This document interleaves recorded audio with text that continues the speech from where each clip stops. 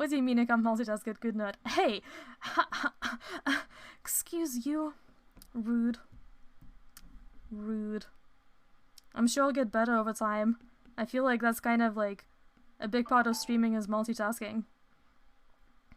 Oh yeah, speaking of multitasking, I've been doing voice lessons, like trans voice lessons. I mean, I've been doing voice lessons, trans voice lessons. I do not know if that make any difference at all. I'm trying to go lower in pitch. Apparently, I'm very bad at pitch, which is ironic because I like to sing. But why am I so tone deaf? If I like to sing, it's unfair. Yeah, however, apparently pitch isn't actually that important to trans voice, but I think that's something I should work on anyway, because I like to sing, and understanding pitch is kind of useful for that. But yeah, struggle. In one of my previous streams, I was talking about one of the things. Oh, really? That's cool. That's cool. Yeah, I guess I've been making some progress then. But I have to like consciously keep it that way because otherwise it just slips right back to the way I'm used to talking. And also it's hard to laugh. But I don't know. I don't know, like when I try to do like a really masked voice, it just sounds wrong. And I don't mean like dysphoric wrong, I just mean like it doesn't sound like the way I'm used to hearing myself, so it just there's like some weird disconnect that occurs and it just sounds like I'm trying way too hard. However, in recording it sounds very different, which as well like puzzles me. I don't know if it's like my like weird tone deafness or what, but like it just sounds so different, which is why when I sing a note, for example, and then listen to myself singing the same note on recording, it does not sound the same fucking note. And I'm like, why? Why is it not the same fucking note? It's the same note I was trying to do.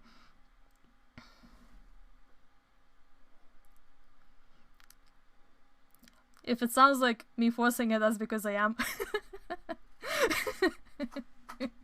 But like, I'm hoping it will become more natural over time. I'm still literally like only 2 lessons in, so you know, it's fine. It sounds like I'm forcing it because I am.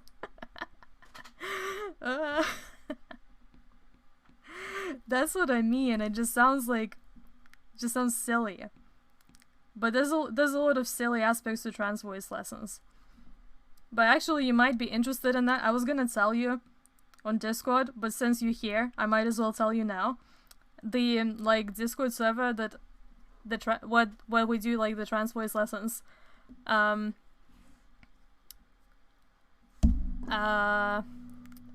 distraction. Sorry, I wanted to like the song on Spotify.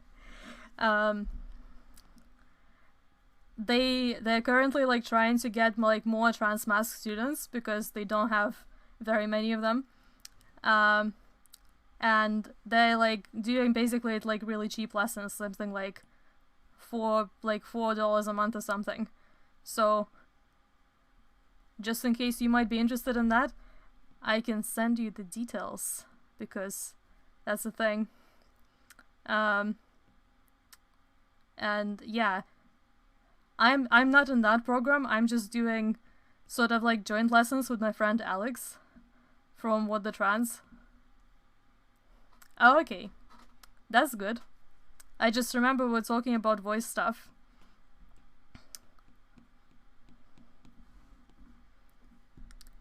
I think it's also, well, I do think about, in terms of like trans like experience, gender euphoria is underappreciated. I don't know if I have voice dysphoria. I feel like maybe a little bit, but I feel like it just seems like a cool thing to learn, and yeah, I think I probably have like a little bit, but mostly because of how people perceive my voice, if you know what I mean. I just want to be like, I want to be undetectable. I want to be super vague, so that people hear my voice and are confused about which gender it belongs to. That's goals. But actually, speaking of that, this dude, we were told to like come up with some voice models to basically like pick like a few people. It shouldn't be just one person. It should be like a few people that basically you would like to sound like, or at least like if you woke up something like that, you wouldn't hate it. And I was like, I don't actually know what I want to sound like. I just know that I cringe when I hear my voice recorded now. But like I tried to think of, I kind of just went with like characters / people I relate to. So all of my voice models were like super weeby, like absurdly so. But Japanese Scaramouche was one of them. And the reason I went with Japanese over English is because Japanese one is significantly more fruity. Because he is. Like, I love Patrick Pedraza, the English voice actor's work. I think he did really good. And I think he, like, captures his emotions and stuff really, really well. But in terms of how I would like to sound like, I think it's just a little bit too mask for me. And it's a little bit too, like, edgy emo boy for me. However, the Japanese one, it's like, ah la la. He's like very, very ara kind of. Japanese voices overall are more spicy. What do you even mean by that? I feel like, I'm not sure what you mean. Oh yeah, actually, but I infected Alex with Genshin voice models because she was kind of struggling. And so I just sent her some, like, she said the vibe she was going for was like sort of like a, like more sort of mask, butchy sort of like lesbian type lady. And I was like, ooh, there's lots of those in Genshin. I'm gonna send you a bunch of them just for like inspiration. And I feel like characters from games in general are great for voice models because, especially if there's like a large roster of characters, because you can like listen to a bunch of characters, and also because it's probably easy to find voice lines of them just like isolated, so you can show your voice teacher. But she actually ended up picking one of the Genshin characters I sent to her, even though she doesn't even play it yet. I'm trying to make her try it out. But yeah, I don't know if I should be proud or ashamed of myself, but as long as it helps my friend, I guess I should be proud of myself.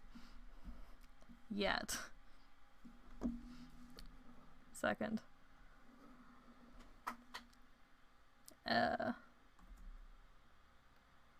Yet.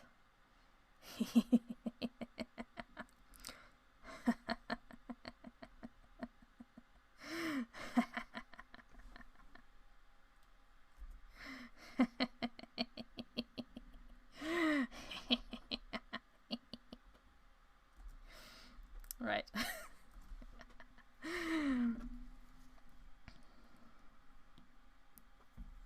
That's another thing. I want to learn to do like a really good evil laugh.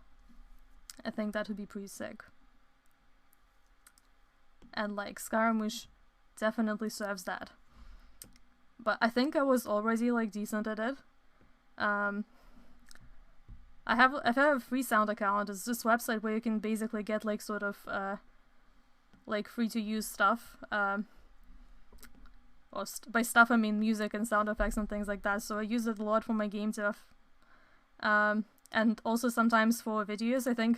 I think the track that plays in my sort of like waiting scenes for streams is from Freesound. Although I think I'll change it because I feel like it's a bit repetitive, and I take 10 years to actually come on stream. So I feel like if I had to listen to it, I would get bored of it. But I kind of just threw something together quickly.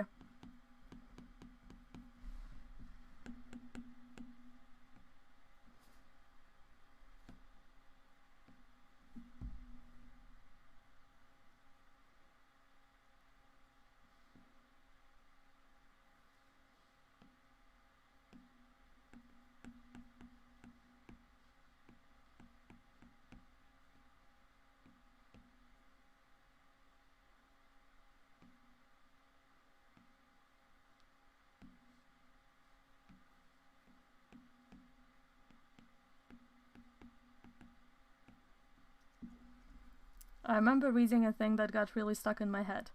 It's euphoria that makes you trans, not necessarily dysphoria. And I was like, well, shit. Yeah, I mean, that's the case with some people. It really depends on the person. I've heard a lot of like different takes on that matter. But I think definitely like both have their place, and I feel like, yeah.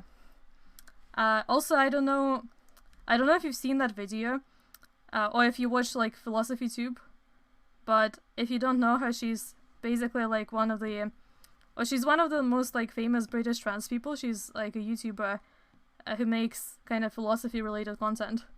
We interviewed her once for The Trans, and she made this video called, what was it called? It's called I emailed my doctor 100 and something times, the crisis in the British healthcare system.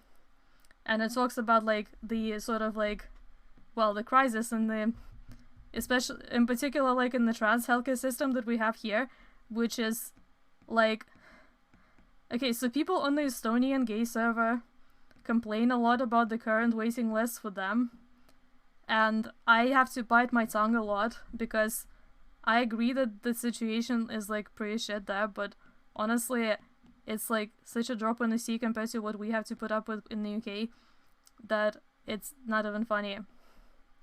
And I feel like I'm very petty for feeling like that, but it's just, yeah. I'm trying to, like, I don't want to diminish other people's suffering, but for me, sometimes almost I want to be like, okay, stop whining. I waited like 5 years and achieved absolutely nothing. I've seen it in my recommends, but haven't watched. Yeah, yeah, I mean, I feel like it's definitely very interesting for like anyone who lives here. But I think even if you like don't really live in the UK, I think it's still interesting because it's like an illustration of how inefficient institutions protect themselves and how they are resistant to change. Because she talks to like a lot of sort of higher people who know that these problems exist, and then they just don't really like change them in any way. And it's all just really messed up here, to say the least. I forgot what my original point was. Oh yeah, she has the section like towards the end of the video about like gender dysphoria, because like the system, like both in the UK and in Estonia, works like approximately similarly in that you have to go through like an assessment, right? At least like for like hormones you do. In Estonia for surgery, thankfully it seems like it's informed consent. In the UK it's not. So in the UK, if you want to get top surgery as a trans person, you have to go through like the equivalent of the commission, which is the gender clinic. But to get to the fucking gender clinic, you have to be on a waiting list for well, anywhere from like, I feel like 4 years right now is optimistic. Like, I've been for 5+ years and I've still not gotten my first appointment, and I'm not even sure if I will. Actually, yesterday they called me, but I was out, so I couldn't speak to them. And I told them to call me back today, and then they didn't. So I don't know what that was about. Maybe they'll call back another time when I'll be out again and will not be able to talk to them. But maybe it's for the best, because I feel like I would just yell at them. Heard about that from various trans content creators from the UK. That sucks. Yeah. What? Out of interest, which trans content creators from the UK do you know? Because I actually don't know that many. I'm sure they exist, but I feel like I've been stuck in my own little bubble.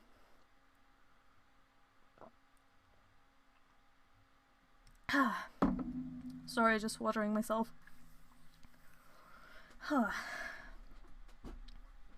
Right.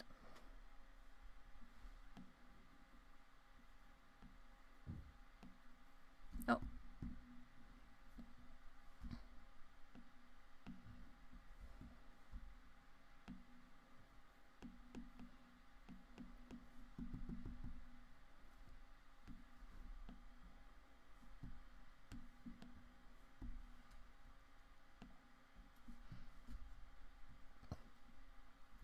Tragedy.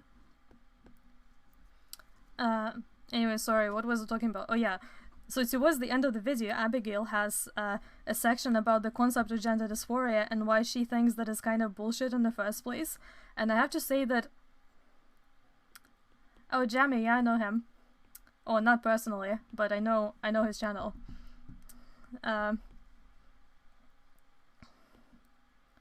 partially I'm asking because my girlfriend seems to want to watch more of them, but doesn't really seem to find any that are to her taste. So I was like, who exists? Who's out there? And then obviously, like, I want to make connections since I'm one of them, and since What the Trans is like one of them. But sorry, I keep getting distracted from a fucking point. The point is that, and you can tell the flies and all the heat, and you can hold them dying and dying and dying, dying. ADHD in action. Starts a sentence, immediately gets distracted by the song in the background. This type of drawing and streaming is really fun, but sorry, I struggle to get to the point. So Abigail's like broadly speaking point is that the research in gender dysphoria comes mostly from people who go to like gender clinics to access gender affirming healthcare, right? And the way accessing gender affirming healthcare works is that there's necessarily lots of gatekeeping involved. You have to like, or I think it's kind of allegedly getting a little bit better, like the clinics are like a little bit more open to different experience, but in general, and the way it used to be for sure, like both in the UK and in Estonia until very recently, and like it still kind of is like that a little bit, is that you have to go there and try to convince them, because, you know, like, by being authentic and saying, well, actually, like, I don't actually have that much gender dysphoria, and, like, maybe I didn't, like, always know when I was trans, but I found out, like, later in life, you're actively putting your transition at risk. Therefore, people lie. And that was actually a point that I made personally to, who was it? So, before the new commission in Estonia came together, or like as it was kind of forming, there was like a meeting held basically with some of the new commission members, and I think someone from social ministry, if I remember right. It was kind of organized by Feministerium, which is like this sort of feminist charity that I sort of like worked for a little bit. Well, I've done some stuff with them before. So we had this meeting where basically like trans people could talk to members of this new commission, like give them feedback and like just like exchange ideas, stuff like that. And I told them that I was concerned because the previous commission didn't accept non-binary people at all, and if you said you were non-binary, they would be like, that's not a real thing. You're probably just faking it, or you're just like making it up, goodbye. And then you wouldn't be able to transition like this.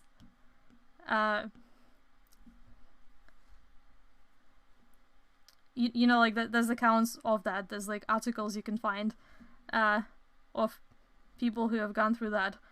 And that's terrifying. So, of course, you want to avoid that. And, like, I have a friend myself who went there, and they're non-binary, but, like, sort of more masculine, and they wanted testosterone. And the way they described it, they were like, they were like, oh, this is like such a funny thing, lol. But actually, it's kind of it's like, it's funny, but in like, you know how sometimes you tell people something hilarious and they're like, oh no, I'm so sorry. It's like that sort of funny. And I feel like it was, yeah. So anyway, they were like, oh yeah, I just went there, you know, I was like, you know, made sure to like manspread and being like, hello, I am a man. I like plumbing and football and women and and sports and all the like stereotypical man things. Give me testosterone, please. And he just like tried to they and fishing. right? And they would just like try to like match all the stereotypes as closely as possible, because if you don't, then they question you, and you can it can fuck up your transition plans. So of course people fucking lie. And like, yeah. So that worked for them. But I think part of the reason it worked for them is because their like transition goals are sort of like more traditionally masc. But for someone like me whose transition goals are very much androgynous, that wouldn't really work, because I wouldn't want to do like the traditional like sort of like trans man pathway, because it would make me dysphoric as well. And I know myself enough to know that. And actually, I think a lot of detransitioners are probably non-binary. Hot take, but that's what I think. Because like, it just makes sense. Like, if you have dysphoria, and then often the way they describe it is like, oh yeah, I had dysphoria, and like I started the transition stuff, and at first I felt better, but then later I started feeling like shit. And to me, it just sounds like you transition too much, and your perfect like your perfect like state was somewhere in the middle, but the system kind of pushed you to transition like all the way, or maybe you just like didn't really make the right choice in that regard. But I feel like the way the system like incentivizes you to basically fit into like a very tight box under the guise of protecting you actually ends up hurting people, because they're not able to achieve their like individual goals that may differ from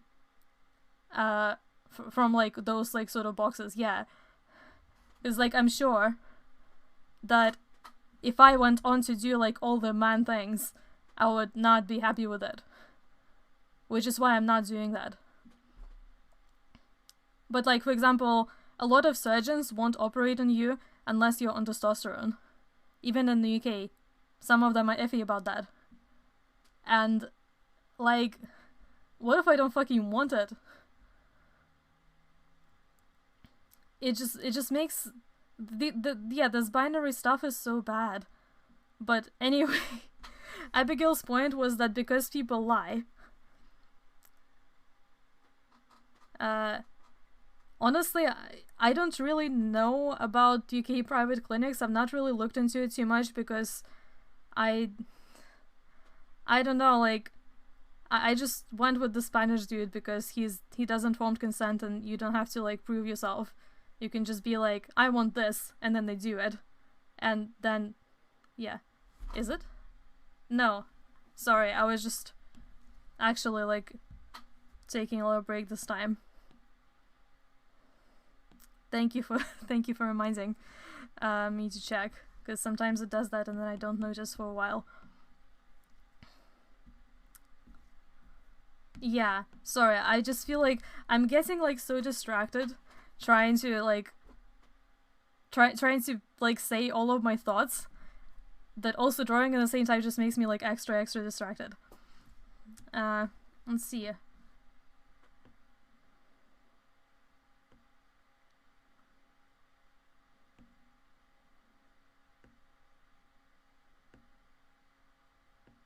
Ow.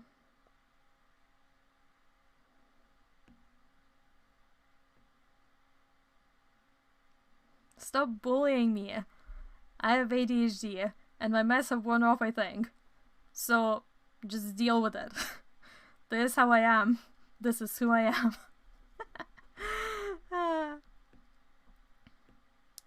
But yeah, anyway, so Abigail's point.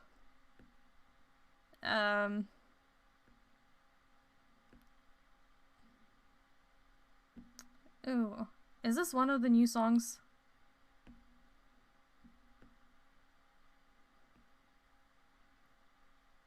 I think Ad is always a good one.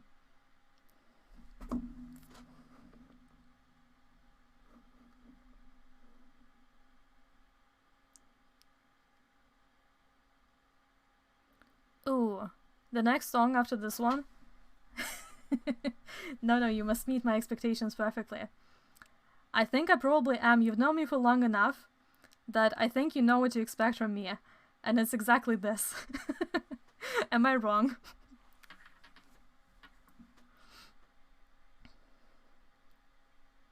Right. Sorry. Need to do a big stretch. Big stretch.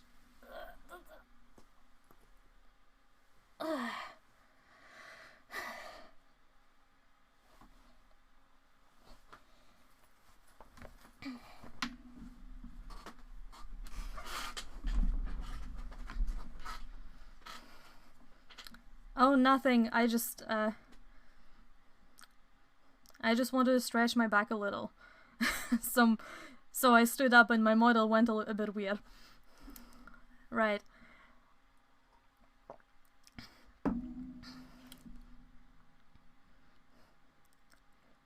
So, yeah, Abigail's point was because people lie and sort of like exaggerate dysphoria into these like really standardized boxes because that's like what the researchers, what the gender clinic people expect.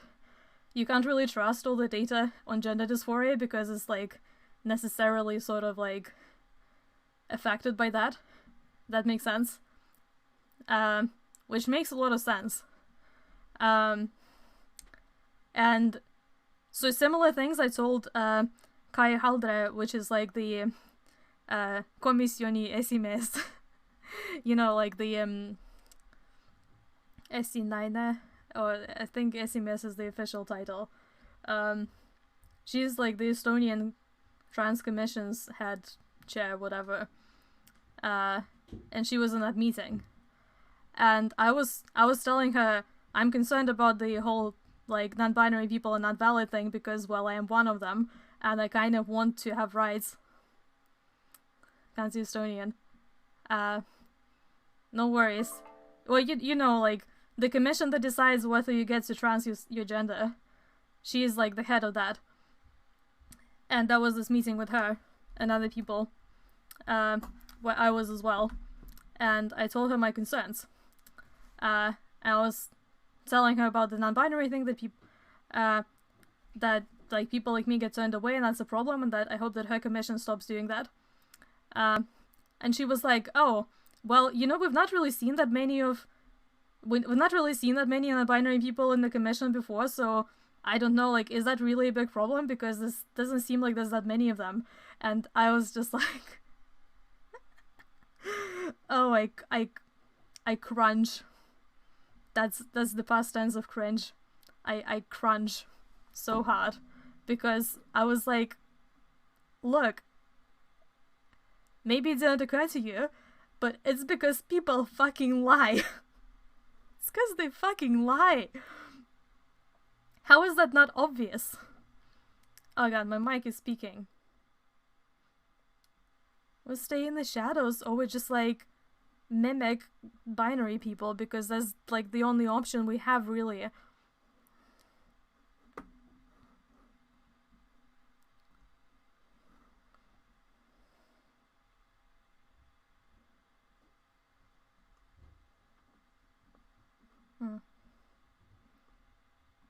Like, the stupidity is just, it's off the charts, and I was like,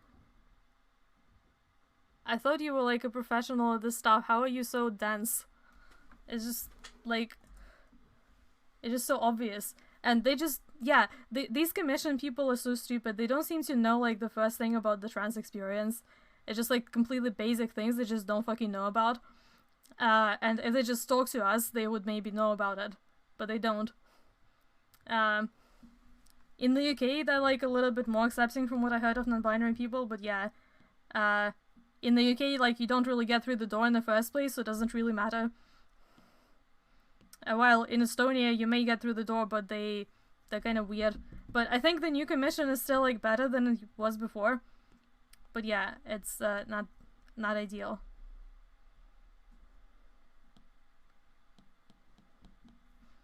Okay, I should probably stop nursing this glow thing.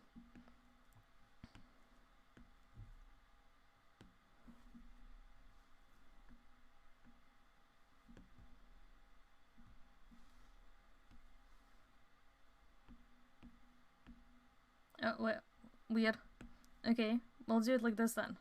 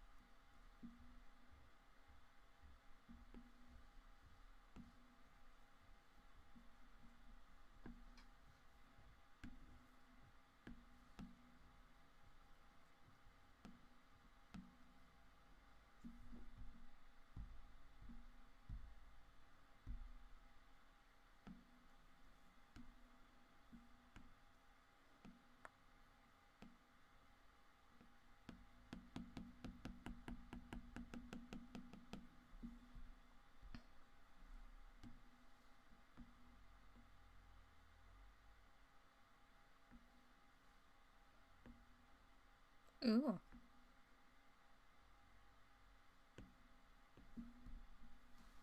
Hmm.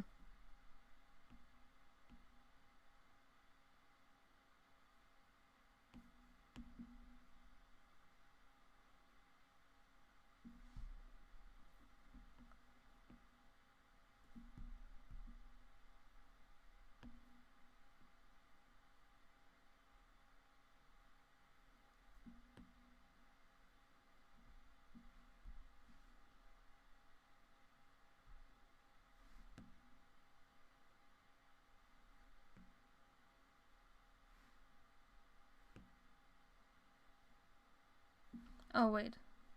That's why it doesn't work.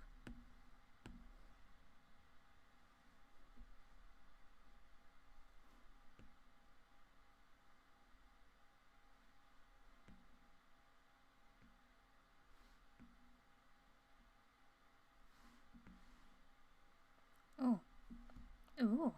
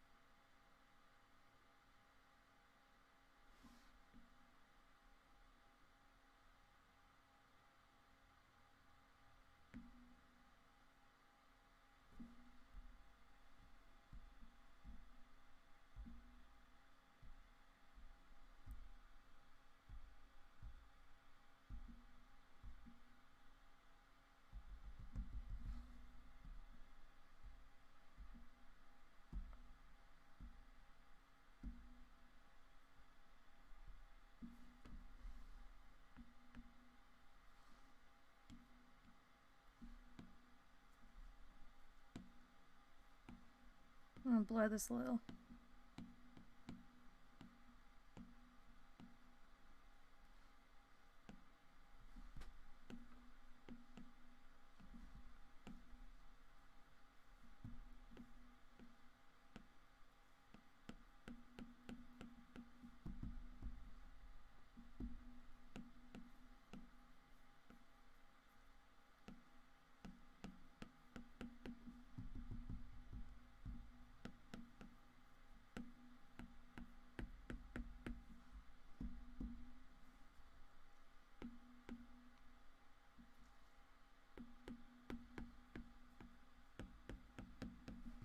Sorry, I'll check the chat in just a second.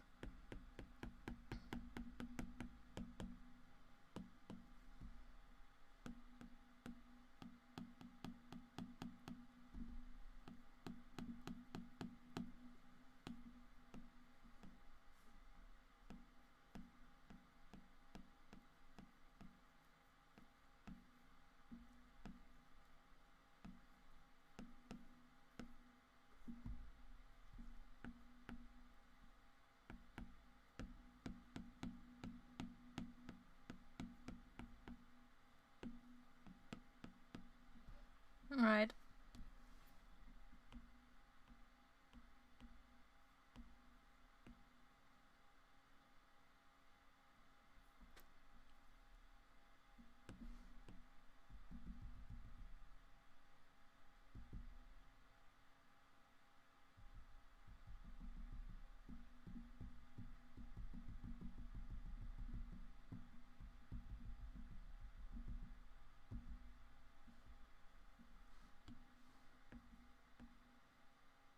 I'm indecisive. Okay, anyway, I was so stunned when people from that hospital I'm going to just scheduled my op like a month later, practically zero question to ask. Especially after I called to my family doc in a couple of public hospitals who said that I need to get a psychiatrist confirmation and HRT first, and I was like, well, yeah, no, thank you. Yeah, that's like, the thing about Estonia is that they forgot to gatekeep that bit. So, yeah, I was shocked as well when it turned out that you can do like informed consent in that in Estonia. I feel like genuinely, they just forgot to gatekeep it. Because there's no way they would have, like, done that otherwise.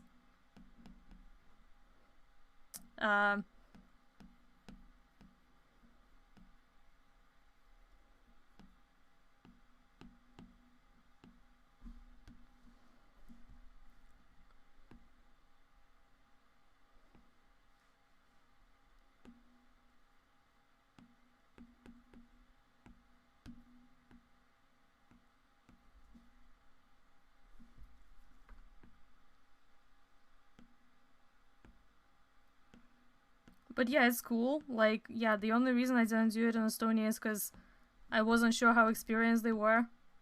And I kind of wanted someone, like, that I could trust for sure. And also because I didn't want to deal with my family. So I was like, Spain.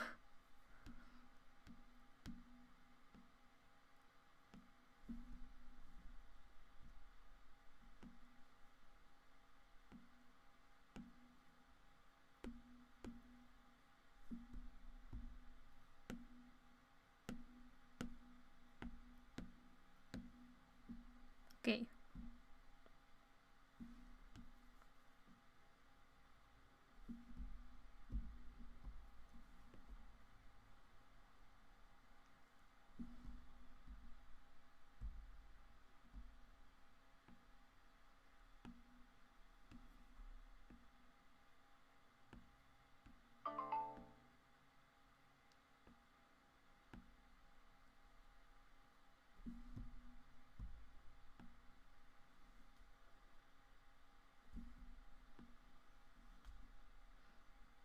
About my infancy.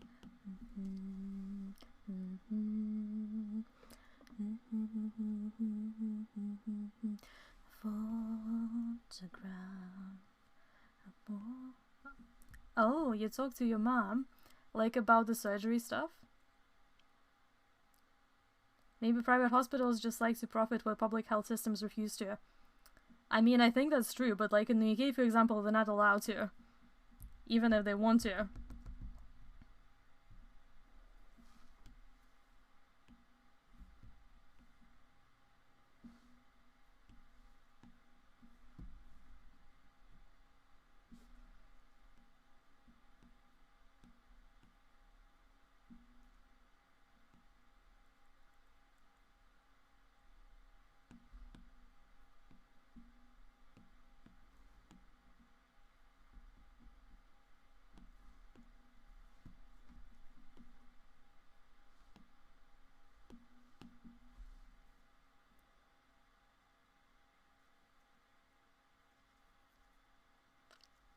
Yeah.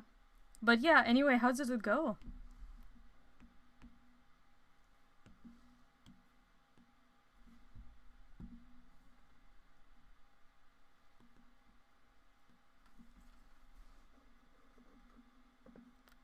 Oh, that's so good.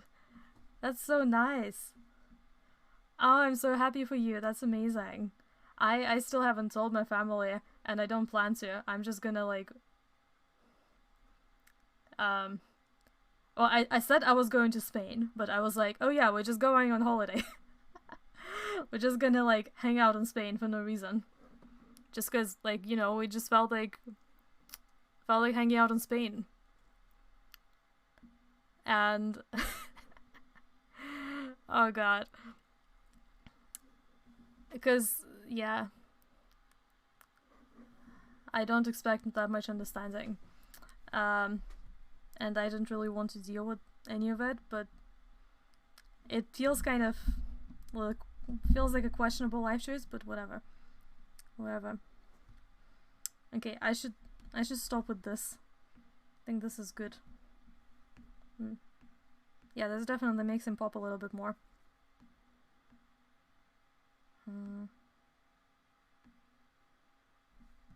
Which one's better?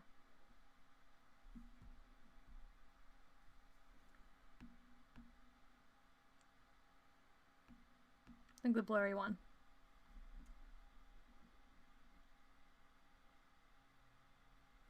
it's good at this time of the year. Yeah, I think this time of the year is probably optimal to go to Spain because I don't actually know exactly what the weather will be like, but I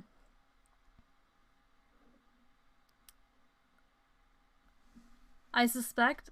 Wait, what was I talking about? Sorry, I got distracted again. Classic. Yeah, I think I didn't want to go in the summer because I feel like it would be like super hot, but I feel like March is good. I think it would be like, you know, not too hot, maybe a little warm. And I think that would be nice.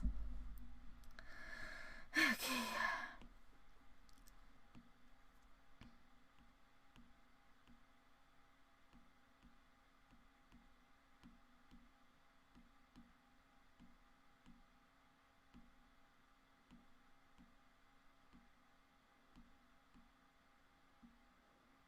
Can I merge these layers? Yeah. Right.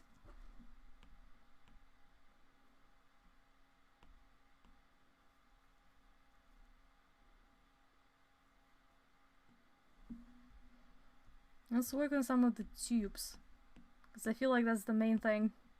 Still needs some work.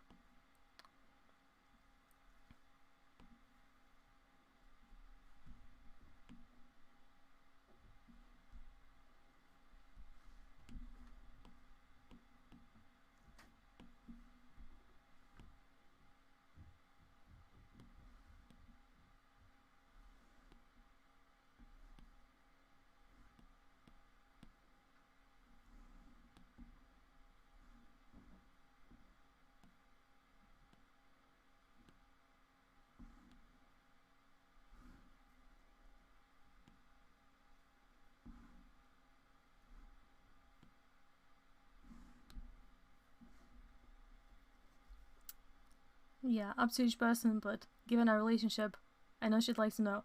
Yeah, it's really good to have a trusting relationship. I mean, I'm sure that my family would like to know, but, how do I put it? They want to know what's going on with me, but like, because they probably wouldn't approve of it, I decided that I would not like them to know. At least until it's done, in which case, like, it's done. But, like, in terms of my grandma, I just mostly don't want to worry her. Because I know that she will worry about it. And, like, yeah.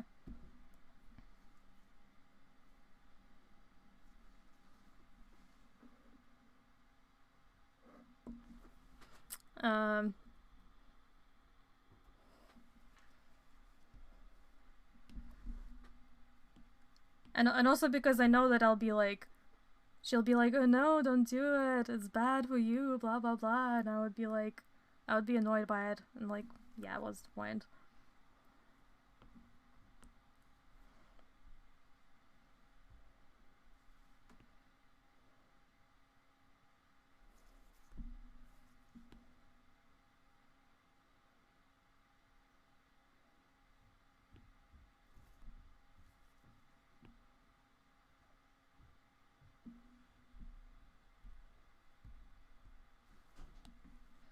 I recently discovered the stool.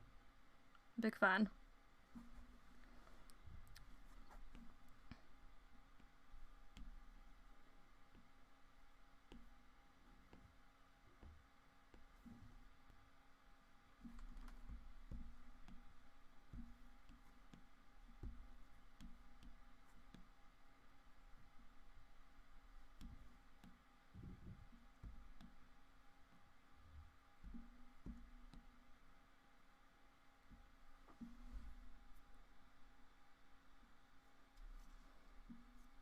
Valid. I wanted to tell her only when everything was 100% decided and scheduled. I can only imagine. Yeah. So do you have a plan? Like, obviously you'll need like some recovery time, and you'll probably need someone to look after you for a few days, or like at least the first week for sure. That's why I'm going with my friend.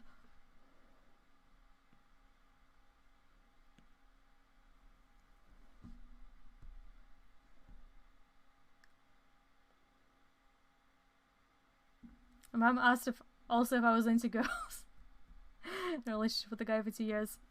Yeah, I mean, I feel like that just shows that your mom understands how orientation works, because my mom still seems to not know that, like, bisexuals exist. Actually, this was really funny because I tried to tell my grandma that I liked women, but I don't think she... Well, I feel like she just didn't approve of it, so she thinks that it's, like, optional. And because I used to date someone who, like, was allegedly a man, but, like, wasn't actually a man, to clarify. But, like, I don't want to out my ex, even though, like, it's inconsequential now because they're an ex, but I still didn't want to be like, oh yeah, actually they were trans, and it's just that you knew them as a man, but, like,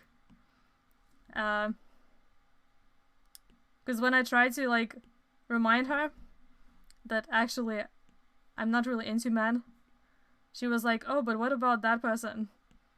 And I was like, well, bisexuality exists too, you know? And she's like, okay, so if it exists, then why don't you just date men? Because it's, like, better and more normal. Why would you, like, ruin your life by dating women? And I was like, it's not how it works. And also, I say bisexuality exists, but I only say that because I don't want to out my ex. God. Yeah. Life is hard.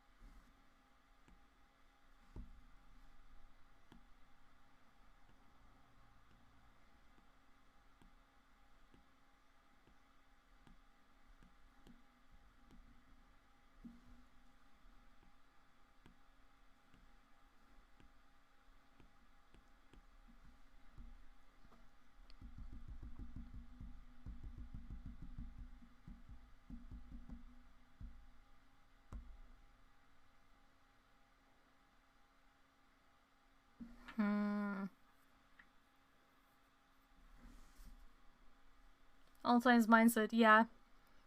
There's only so much you can explain. See, my mom's question has just said, I don't really care about the gender, person as a person, and she seems to understand. It's too nice. Ah, that's nice. I used to feel like that, but then I realized that I actually do have preferences, so I can't say that I don't care about gender, because I do care somewhat. Not, like, massively, but yeah. Because, like, girls are hot. Which is really funny, because, like, in terms of fictional characters, I sim for men a lot. But in real life, I like women.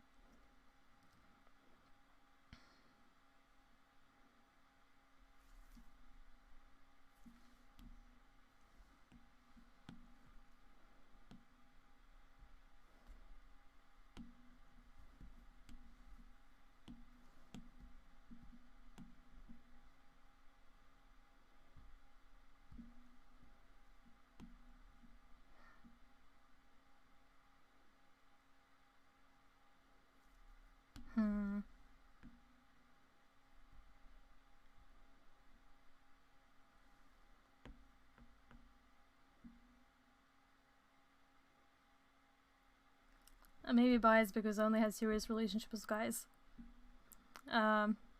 Bias isn't biased towards guys, or what do you mean?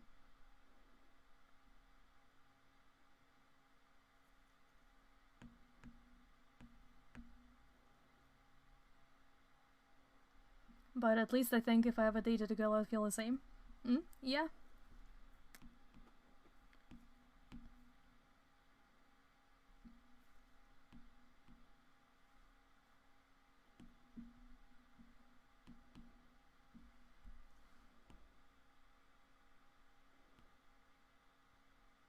Close your eyes when you leave this dream.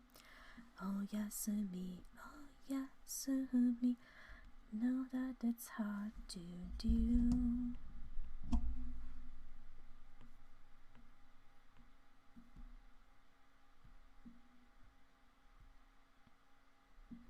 Actually, this kind of works composition-wise.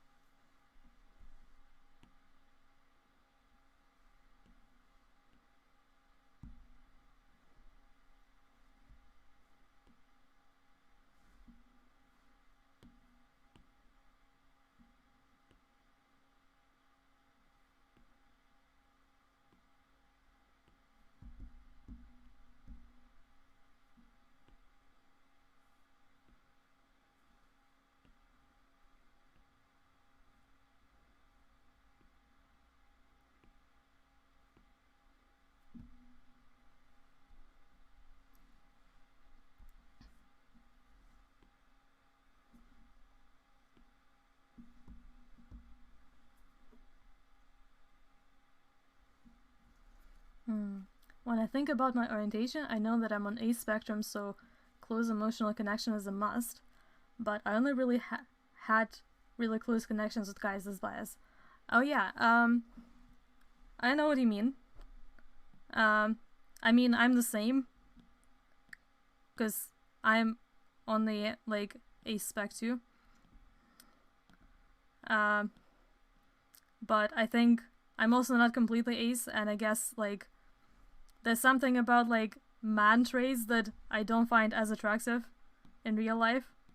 Could probably date a femboy. Like a really feminine guy. I like women and femboys and twinks. But when it comes to manly men, I'm like, but why? But, like, it doesn't apply to fictional men. Anime men are fine. And, like, I simp with Dottore from Genshin. Very much. And I feel like he's, like, kind of borderline case. He has elements of both. And it depends on your interpretation, really. But, yeah.